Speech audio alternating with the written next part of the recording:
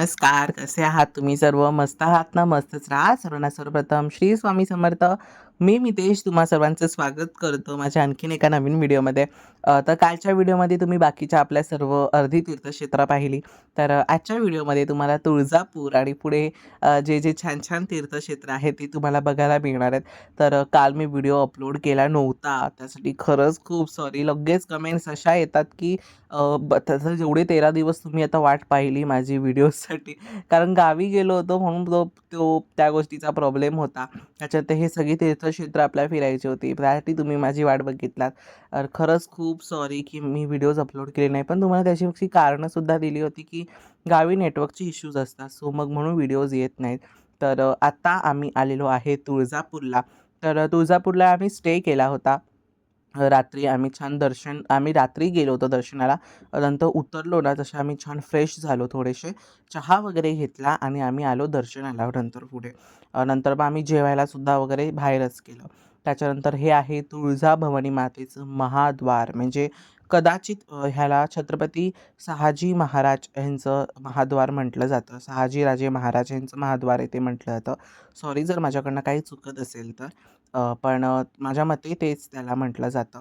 तर गर्दी थोडीफार अशी होती, जास्त पण असं नाही की गर्दी होती. रात्रीची वेळ होती. 9:30 ते पावणे 10ची माझ्या मते ही वेळ होती. तर त्या वेळेमध्ये आम्ही दर्शनाला गेलो होतो. बघा किती सुंदर भवानी मातेचं मंदिर आहे. अगदी अधिक मास सुरू होता आणि त्या अधिक मासात म्हणजे आता म्हणजे तुळजाभवानी, त्याच्यानंतर जेजुरीचे खंडोबा हे अखंड महाराष्ट्राचे कुलदैवत आहेत आणि ते माझेसुद्धा कुलदैवत आहेत. तर अधिक मासामध्ये देवीचं छान माझ्याकडनं दर्शन झालं. एकतर अधिक मास 3-3 वर्षांनी एकदा येतो आणि असं म्हणतात की अधिक मासामध्ये कुळदेवीचं म्हणजे आपली जी कुलदेवी आहे, तर त्या कुलदेवीचं दर्शन नक्कीच घेतलं पाहिजे. तर म्हणून मग मी छान देवीचं आमचं दर्शन खूप छान झालं. आमच्यासोबत 2 आई होत्या. तर म्हणजे एका आईला तर तुम्ही ओळखता. त्यांच्या एक दुसऱ्या सुद्धा मावशी होत्या.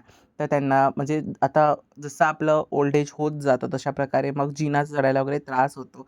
तर अगदी त्याच सर्व गोष्टी. तर त्याच्यानंतर हे आहे गणपतीचं मंदिर, सिद्धिविनायक मंदिर. हे गणपती ना खूप रेअर असतात.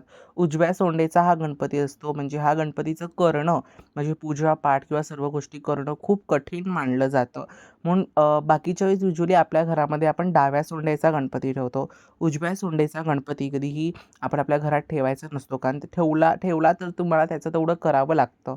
त्याची नियम, अटी खूप जास्त असतात. म्हणून मग बरेच जण ते ठेवत नाहीत.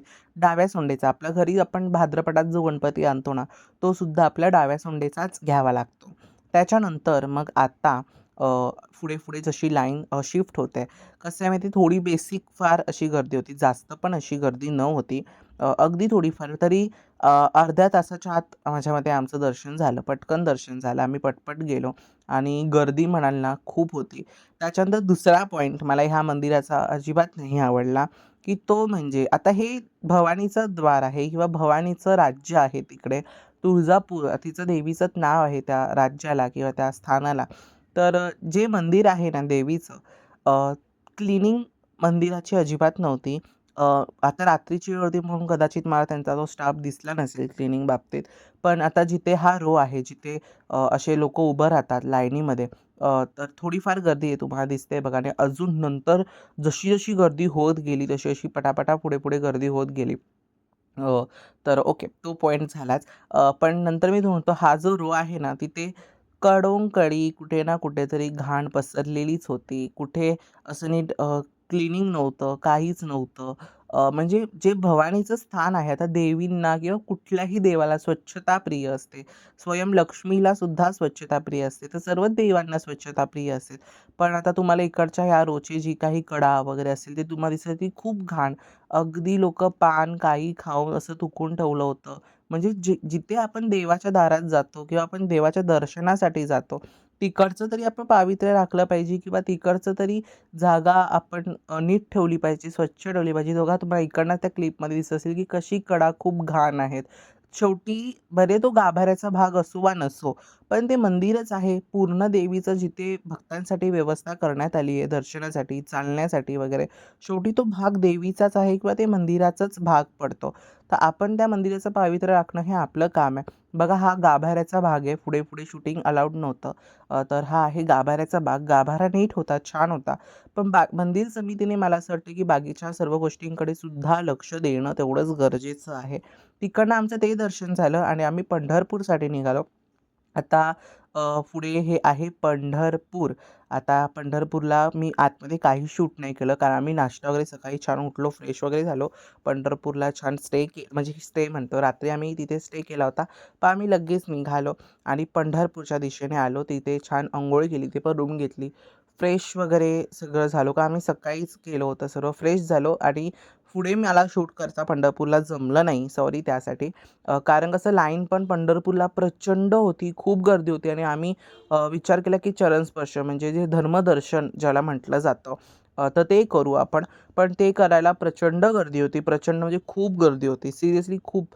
म्हणजे आता आमच्यासोबत ज्या 2 आई होत्या, मावशी आणि एक आमची आई, तर त्या दोघांना पण उभं राहण्याचं तेवढं वेळ गेला असता. मी आणि काकी उभे राहिलो असतो, पण प्रचंड प्रमाणात गर्दी असल्यामुळे त्यांना पण त्या गोष्टीचा त्रास द्यायचा नव्हता. तर आम्ही फक्त मुखदर्शन केलं, पण मुखदर्शन पण आमचं वेळेत झालं आणि खूप छान झालं. विठोबा आणि रुक्मिणी आई आम्हाला खूप छान दिसल्या, मस्त दर्शन झालं. त्याच्यानंतर आम्ही आलो इथे चंद्रभागामध्ये. म्हटलं असं म्हणतात की चंद्रभागेत कमीत कमी जे चंद्रभागेचं पाणी आहे ना, ते सुद्धा आपल्या पायाला लागलं पाहिजे. पण आपण काय आता म्हणायचं ह्या गोष्टीला मला खरंच समजत नाही आहे. की सिरियसली कुठल्याच मंदिरामध्ये आता ज्या आता आता जसे पुढे-पुढे म्हणजे कोल्हापूर, ज्योतिबा असे जे मंदिर आहेत तिकडचं मी तुम्हाला सांगेनच पुढे, त्याचे रिव्ह्यू तिकडे देईन. पण ही आहे आपली चंद्रभागा आणि ह्या चंद्रभागेची जी दुर्दशा झाली आहे सिरियसली, म्हणजे आता माझ्या बोलण्यातून काही चुकत असेल तर मला खरंच माफ करा. त्या नदीचं सुद्धा पावित्र्य राखलं गेलं नाही आहे. लोकं तिथे कपडे धुतायत, काही ना काहीतरी करतायत. एका साईडला खूप प्रचंड प्रमाणात कचरा आहे. काहीच म्हणजे असं काहीच नीट तिकडे झालं नाही आहे असं मला वाटतंय. आता मी जे पाहिलं तेच मी तुम्हाला सांगते. बघा साईडला तुम्हाला त्या काही ताई, काकू दिसत असतील, मावशी, आई, की त्या सगळ्या तिकडे कपडे धुतायत, काही ना काहीतरी करतायत. आणि नदीला पण असा एक वेगळ्या प्रकारचा सुगंध तिथे येत होता, अगदी वेगळाच.